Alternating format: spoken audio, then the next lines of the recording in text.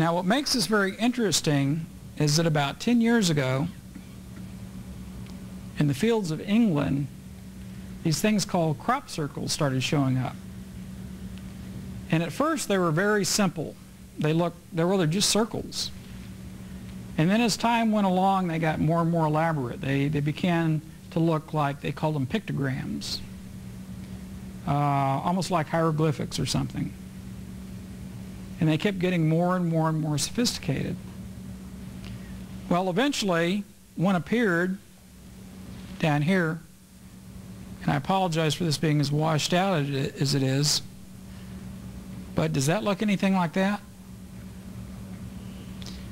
I did a computer analysis and measured the relative proportions, and they're exactly the same. This is computer generated. This represents, again, the boundary between stability and chaos. And it will come up every time this equation, this mathematical equation will come up every time you have a system going from stability to chaos. And this shows up in an English maize or wheat field. Isn't that interesting? Think somebody's trying to tell us something? Maybe the world's going from stability to chaos?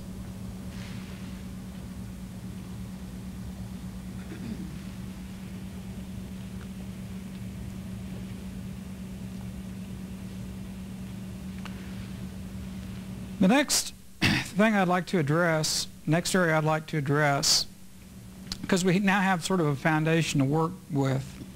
We know the government, with these black projects, the national security establishment, are using these techniques to basically, like I said, generally predict the future.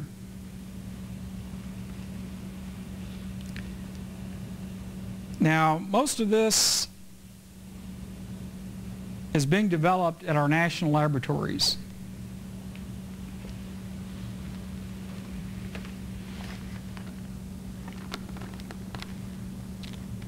And the United States is literally loaded with national laboratories, as you can see here. This is just what's in the desert Southwest.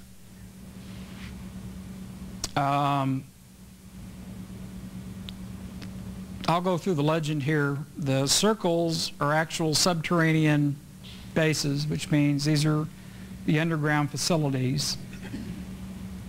Most of these are part of what's called continuity of government, COG, which was developed back in the 50s, where strategic planners felt if we were going to be attacked, that we would move all the real important people and all the real important stuff down in these holes in the ground, and then that would protect them until the Holocaust was over.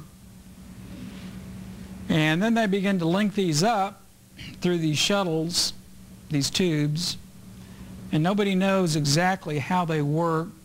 I don't think they're rail. I don't think they have actual like semi-trucks running through. I think it's something like, maybe you've seen them in the hospital, these tube systems where they put paperwork in a tube and just send it up these tube systems. I think it works something like that.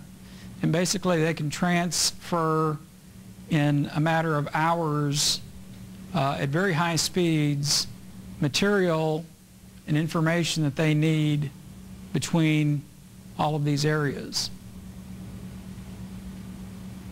Now, according to the person who produced this map, we don't know exactly who it was, but we've consulted with a number of people that had been involved with the construction of these facilities, and it is pretty accurate.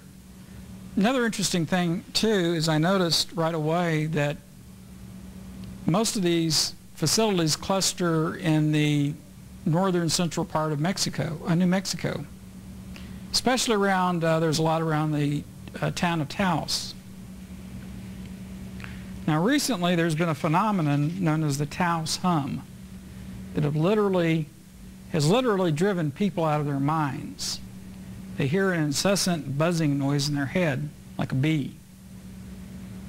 And they sent some acoustical experts down into different caves and areas and drilled, and they did find that there was some something resonating there at certain frequencies. And my guess is it probably has something to do either with these shuttles or the connecting electrical connections between these facilities, but something is definitely happening in these areas. Again, the general characteristics, most are located in the desert Southwest, although they exist throughout the country. These areas have been associated with a high proportion of paranormal and UFO activity in the United States, especially in the Four Corners area. Tremendous amount of UFO activity. Okay, let's look at some of the what I consider oddities around these areas. Now these are actual photographs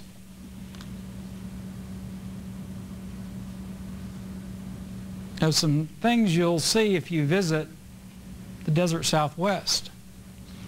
There's actually a Highway 666. In fact, let me go back to this previous transparency because I want to show you exactly where 666 is. Parika, right there. It kind of loops around this area called Parika.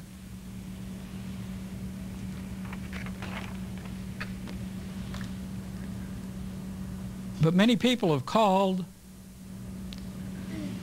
the Department of Transportation to find out why they named this 666, and nobody could give them a good answer. I guess for the same reason that if you ask them why they built the White House on lot 666, they can't give you a good answer for that. Just coincidence? I don't think so. Now we have the extraterrestrial highway, and boy is Nevada proud of that. Brought a lot of visitors. Of course, they show you a little UFO up here, kind of, I don't know if it's running over these guys or sucking them up into the UFO. But anyway, they've got this, is actually commissioned and named by the governor of Nevada as the extraterrestrial highway.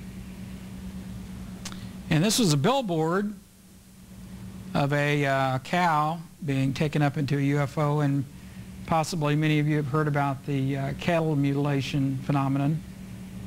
But occasionally we'll have these incidents where ranchers will find many of their cattle dismembered or organs taken out, surgically removed. Looks like some sort of laser or something. It's very, very precise, very precision operation. Some people claim it's the UFOs that are taking these cattle, and I don't know, this could be maybe something, you know, the dairy farmers are upset about it, or the Cattle Ranchers Association or something, you know, but they put this billboard up. It says, "Oh Moo, not again." But anyway, that's just a few of the things that you can expect to see there if you ever decide to go out in that area. Very, very spooky. Now let's talk about the granddaddy of secret facilities.